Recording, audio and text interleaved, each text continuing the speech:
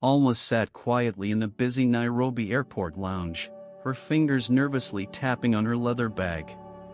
At 65, she felt out of place among the young travelers around her. This trip to Africa was meant to be an escape, a way to break free from the loneliness that had taken over her life after her husband passed away 2 years ago. But the loneliness had followed her here, refusing to let go. As she shifted uncomfortably in her chair, a young man walked into the lounge. His confidence stood out, catching her attention. He was tall, with a bright smile that lit up the room. Alma noticed how effortlessly he interacted with the staff and other travelers, his charm shining through in every movement. When their eyes met, Musa's expression softened, and he walked over to her. "Excuse me, ma'am. Can I help you with your bag?" His deep voice was warm and inviting. Alma hesitated for a moment. She had been struggling with her oversized suitcase since leaving the hotel, but her pride had kept her from asking for help. "Thank you," she said softly as Musa effortlessly lifted the bag onto his shoulder. "I didn't want to trouble anyone." "It's no trouble," Musa replied with a grin. "It's part of my job as a guide." "Are you here for the safari tour?" Alma nodded, surprised by his intuition. "Yes, I am. It's my first time in Africa. I've always wanted to visit, but life always seemed to get in the way." Musa studied her for a moment, his expression thoughtful. "Well, you're here now, and that's what matters." They began to chat easily while waiting for their groups to be called. Musa talked about his work as a guide, sharing stories and insights that helped Alma feel a little less alone in the midst of the crowd. Musa shared his dreams of one day starting his own tour company, and Alma found herself drawn to his enthusiasm and ambition. He seemed so full of life, so sure of his place in the world, a stark contrast to the emptiness she had been feeling. "And you?" Musa asked, interrupting her thoughts. "What brought you here?" Alma hesitated, unsure how to put into words the pain of losing her husband, the endless days spent alone in a house that no longer felt like home. Instead, she offered a small smile. "I suppose I wanted an adventure." Musa nodded, as if he understood more than she had said. "Africa is full of adventure. You will see." When the announcement came for their groups to board, Musa helped her with her bag again. As they parted ways, he turned to her with a playful smile. "Maybe we'll meet again. The world has a funny way of bringing people together." Alma watched him go, feeling a strange flutter in her chest. She shook her head, scolding herself for being foolish. He was young, vibrant, and full of possibilities. Yet, for the first time in years, she felt something within her, a faint glimmer of excitement, a flicker of hope. The plane ride stretched endlessly, and the safari jeep bounced along the uneven path. Alma sat in the back seat, her camera in hand, marveling at the vastness of the African landscape. Musa, seated in the driver's seat, glanced at her through the rearview mirror and smiled. "You'll want to keep your camera ready," he said, his voice cutting through the hum of the engine. "This area is known for its elephants." Alma adjusted her hat and aimed the lens toward the horizon. "It's incredible," she murmured. "I've never seen anything like this." Musa chuckled. "That's the magic of Africa. It has a way of surprising you when you least expect it." The jeep came to a stop, and Musa jumped out, offering a hand to help Alma. The touch was brief, but she noticed the warmth of his skin and the ease of his strength. Together, they walked toward a shaded area where a group of elephants grazed in the distance. As the afternoon passed, their conversation grew more personal. Alma found herself sharing parts of her life she rarely discussed. She told Musa about her years as a teacher, and for the first time in a long while, she felt a connection and understanding that eased the loneliness she had carried for so long. Joy, she found in shaping young minds, and the emptiness that followed her retirement. Musa listened intently, nodding in understanding. "You know," he said, leaning against the jeep, "when I was younger, I always thought life would get easier with age.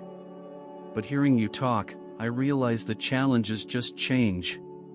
Amma smiled faintly. "It's not the years that weigh you down, it's the things you lose along the way." The honesty in her words lingered between them. Musa looked away, his gaze fixed on the horizon. "I lost my father when I was 15, he admitted. "It's why I started working so young, to take care of my family." Amma hadn't expected such vulnerability, but it deepened her respect for him. "You've done well for yourself, Musa. It's not easy to face life's hardships and still carry yourself with such grace." His eyes met hers, and for a moment, the world seemed to shrink around them. There was no age, no cultural divide, just two people connecting over shared pain and resilience. The spell was broken when Musa's phone buzzed. He answered quickly, speaking in Swahili. Amma turned away, focusing on the elephants, but she couldn't shake the feeling that something between them had shifted. Later, as the group gathered around the campfire, Amma noticed Musa's easy camaraderie with the others. He laughed and joked, his charm effortlessly pulling people in. Yet when his eyes found hers across the fire, there was a softness in his gaze that seemed meant only for her. When the night grew cold, Musa offered her his jacket. "You'll need this," he said simply. Amma hesitated before accepting it, her fingers brushing against his. The small gesture sent a ripple through her, a reminder of the warmth she hadn't felt in years. As she lay in her tent at night, Amma stared at the ceiling, her heart heavy with confusion.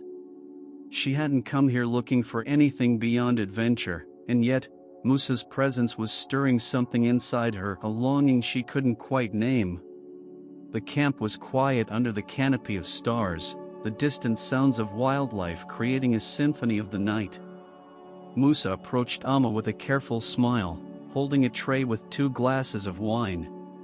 She looked up from her journal, startled but not displeased. "I thought you might enjoy this," he said, placing the tray on the small table between them. Amma hesitated for a moment before accepting the glass he offered. "This is thoughtful," she said softly, her voice almost drowned by the chirping crickets. "You've been quiet today," Musa observed, leaning back in his chair. His gaze lingered on her face, studying the lines of experience and grace that age had etched there. "I've had a lot on my mind," Amma admitted, swirling the wine in her glass. "This trip has been different from what I expected." "Different good or different bad?" he asked, his tone light but his eyes searching. "Good," she said quickly, then paused. "But complicated." Musa didn't press her, allowing the silence to stretch comfortably between them. The firelight cast flickering shadows on their faces, softening the sharp edges of reality. "Can I ask you something?" Amma finally said, breaking the quiet. "Anything," Musa replied without hesitation. "Do you ever feel like you're living someone else's life? Like the person you were supposed to be got lost somewhere along the way?" Musa thought for a moment, his expression thoughtful. "I used to. After my father died, I felt trapped by responsibility, like my dreams didn't matter anymore. But then I realized something: the life you want doesn't just find you. You have to fight for it." Amma nodded slowly, his words resonating with her. "I envy that clarity. I've spent so much time being what others needed me to be: a wife, a mother, a teacher. I don't know who I am outside of those roles." "You're more than the roles you play," Musa said, his voice firm. "You're here, exploring the world. That takes courage." Their eyes met, and for a moment, Amma felt seen in a way she hadn't in years. The walls she had built around herself began to crack, letting in the warmth of his presence. Without thinking, she reached out and placed her hand on his. The touch was brief but electric, sending a jolt through both of them. Musa didn't pull away, his gaze steady and unreadable. "I shouldn't have done that," Amma said, pulling her hand back quickly, her cheeks flushing. "Why not?" Musa asked gently, his voice low. "Because it's inappropriate," she whispered, looking down at her glass. "Inappropriate doesn't mean wrong," Musa said, leaning closer. "Sometimes, the things we're told not to want are the things we need most." Amma's breath caught as his words hung in the air. Slowly, Musa reached out, his fingers brushing against hers again. This time, she didn't pull away. The world seemed to shrink, leaving only the two of them in the glow of the firelight. When Musa leaned in, Amma's heart raced, but she didn't stop him. Their lips met in a tentative kiss, soft and hesitant at first, but deepening with each passing second. It was a moment of surrender, an acknowledgement of something that had been building between them since the day they met. When they finally pulled apart, Amma's eyes were filled with tears she couldn't explain. Musa reached up and gently wiped one away, his touch tender. "You're allowed to feel," he said quietly. "Don't let anyone tell you otherwise." Amma didn't respond, her mind a whirlwind of emotions. All she knew was that, for the first time in years, she felt alive. The journey back to the city was filled with a silence that spoke louder than words. Amma stared out the window, watching the savannah give way to smaller villages and eventually the outskirts of Nairobi. Musa occasionally glanced at her, but neither of them addressed what had happened the night before. At the hotel, Musa helped her with her luggage for what felt like the last time. Their eyes met briefly, and Amma opened her mouth to say something, but no words came out. Musa gave her a small, understanding smile and stepped back, allowing her the space to process. Later that evening, Amma sat on the edge of her bed, staring at her phone. A message from Claire popped up, "Call me when you can." She sighed and pressed the call button, dreading the conversation she knew was inevitable. "Hi, Mom," Claire's voice came through, sharp but concerned. "How's the trip?" "It's been eye-opening," Amma replied cautiously. Claire hesitated before speaking again. "I've been worried about you. I know this trip was supposed to help you heal, but something feels off. Are you okay?" Amma's grip tightened on the phone. She wanted to tell Claire everything, the loneliness, the unexpected connection with Musa, the kiss that had shaken her to her core. But how could she explain something she barely understood herself? "I'm fine, Claire," she said instead, her voice steady but distant. "You don't need to worry about me." After the call, Amma felt restless. She wandered to the hotel balcony, where the city lights stretched out before her. The cool night air did little to calm her racing thoughts. She had made choices during this trip that defied every expectation she had set for herself.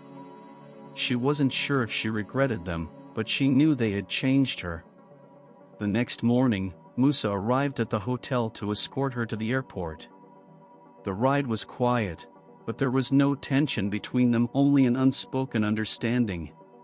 When they arrived, Musa stepped out to help her with her luggage one last time. As they stood at the curb, Amma finally found her voice. "Thank you, Musa. For everything." Musa looked at her, his expression warm but bittersweet. "You don't have to thank me. You've taught me as much as I've taught you." Amma smiled, but her eyes betrayed the sadness she felt.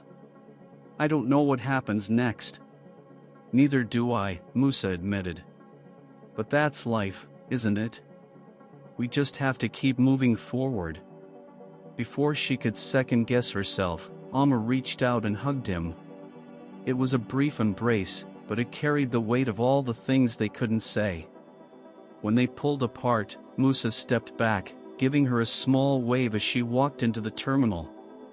On the plane, Amma sat by the window, her mind replaying moments from the trip, the laughter, the conversations, the kiss. They were memories she would carry with her forever. She didn't know what the future held, but she felt a quiet sense of resolve. Back home, Alma began writing letters to Claire. They were honest, raw accounts of her life, her grief, and her journey toward rediscovery. She didn't mention Musa by name, but his presence was woven into every word. Months later, she came across an article online about a young African entrepreneur who had started a successful tour company. The accompanying photo showed Musa standing proudly in front of a safari jeep with his team. Alma smiled, her heart swelling with pride and a touch of longing. As she closed her laptop, she leaned back in her chair, a bittersweet peace settling over her. Life was unpredictable, messy, and full of surprises. But for the first time in years, she felt like she was finally living it.